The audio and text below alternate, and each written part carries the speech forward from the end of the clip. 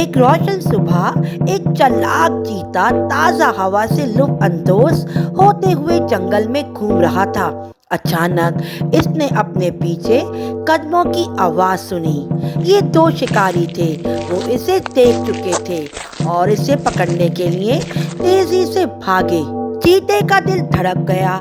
अगर वो मुझे पकड़ लेते हैं तो मैं बर्बाद हो जाऊंगा। मुझे फरार होने का रास्ता तलाश करने की जरूरत है। भागते हुए इसने करीब में एक खुशी का गाना सुना। ये आवाज खेतों में से आ रही थी। एक मेहरबान किसान अपने खेत में काम कर रहा था, गा रहा था, मैं अपनी जमीन में हल चलाता हूँ, मैं अपने बीज बोता हूँ, मैं बादलों को दिखता हूँ और बारिश की जरूरियात का इंतजार करता हूँ। चीता भागकर किसान के पास गया और इल्तिजा की, मेरी मदद करें, शिकारी मेरा पीछा कर रहे हैं। अगर वो मुझे पकड़ लेंगे तो मैं जिंदा नहीं रहूंगा, मैं मर जाऊंगा। मुझे बहुत डर लग रहा है। किसान ने चीते की आंखों में खौफ देखा। उसे उस पर तरस आया और कहा, जल्दी मेरी अनाज की बोरी में छुप जाओ। चीता छलांग मारकर अंदर आया और खामोशी से बोरी में छुप गया और बड़े मजे से अंदर बैठ गया। कुछ ही देर बाद शिकारी वहां पहुंचे। किसान, क्या तुमने चीते को इस तरफ भागते हुए देखा है? इनमें से एक ने पूछा। किसान ने पहाड़ों की तरफ इशारा करते हुए कहा, हाँ, वो इन पहाड़ों पर बहुत दूर भागा है। शिकारियों ने सर हिलाया और इस दिन दौड़ गए। जब शिकारी चले गए, चीता अपनी टांगे फैलाता हुआ बाहर निकला। इसने किसान की तरफ देखा और अपने तेज दांत दिखाते हुए कहा, मुझे बहुत भूख लगी है, मुझे खाने के लिए एक भेड़ लाओ। किसान ने हाँफ लिया, लेकिन मैं अमीर आदमी नहीं हूँ, मेरे पास देने के लिए इजाफी भेड़ें नहीं है, मैं क्या करूँ, कहाँ से लाऊं? चीता बोला, फिर मैं तुम्हें खा जाऊंगा। किसान को धोखा हुआ। उसने सोचा, ये तो बहुत नाशुक्रा चीता है, मैंने तुम्हारी जान बचाई और अब तुम मुझे नुकसान पहुंचाना चाहते हो। क्या एहसान का बदला इस तरह देना चाहते हो?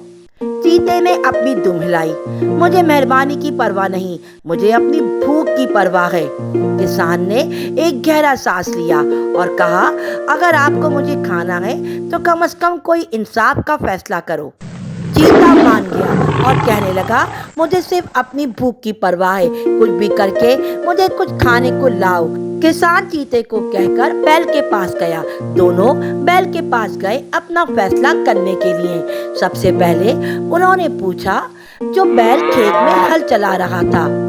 चीते ने वजाहत की, किसान ने मुझे बचाया, लेकिन मैं भूखा हूँ, क्या मैं इसे खा लूं? बैल ने आह भरी, मैं इस किसान के लिए हर रोज मेहनत करता हूँ, लेकिन क्या वो कभी मेरा शुक्रिया अदा करता है? नहीं, शायद वो इसका मुस्तहक नहीं। किसान चौंक गया, लेकिन तुम मेरे दोस्त हो, तुम ये कैसे कह सकते हो? किसान मुतमईन नहीं था, लेकिन चीता बहुत खुश हुआ। किसान ने कहा, अभी इंसाफ का फैसला नहीं हुआ, अब हम गधे के पास जाकर पूछेंगे। किसान गधे के पास गया। किसान ने इल्तिजा की, मैंने तेंदुए की जान बचाई, अब वो मुझे खाना चाहता है, क्या ये ठीक है? गधे ने सर हिलाया, मैं किसान के लिए भारी बोझ उठाता हूँ, लेकिन क्या वो कभी मेरी तारीफ करता है? नहीं। अगर चीता भूखा है तो इसे खाने दो। किसान उम्मीद खो रहा था। चीता बहुत खुश हुआ, दोनों फैसले मेरे हक में हुए हैं, अब बहानेबाजी छोड़ो, आओ मैं तुम्हें खा जाता हूँ। अगर तुम मेरा शिकार नहीं बनना चाहते तो मुझे भेड़ें लाके दे दो। किसान कहने लगा, अभी एक जज और बाकी है, आओ उसके पास चलते हैं। किसान ने मिन्नत की और चीता मान गया और फिर वो एक होशियार लोमड़ी के पास गया जो दरख्त के नीचे बैठी हुई थी।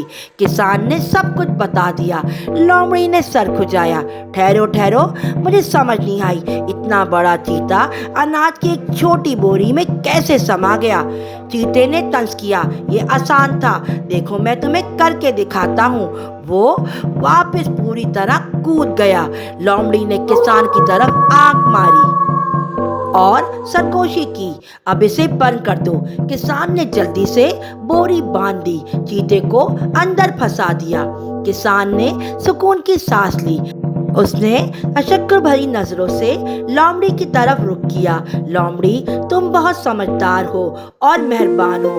तुमने आज मेरी जान बचाई। मुझे एक खास तोहफा तुम्हें देना चाहिए।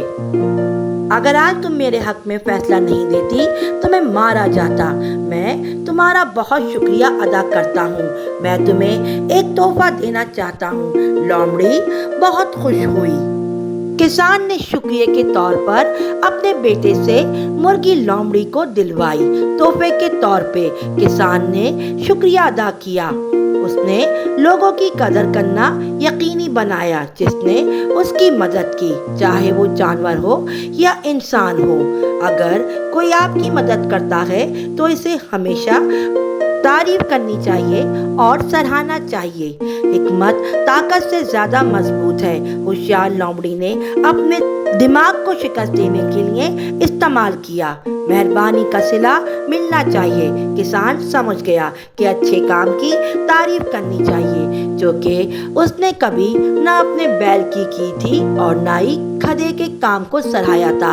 आइंदा से उसने अपने बैल की भी तारीफ की और गधे के काम को भी सराहाया, ताकि मुश्किल पड़ने पर एक दूसरे के काम आ सके।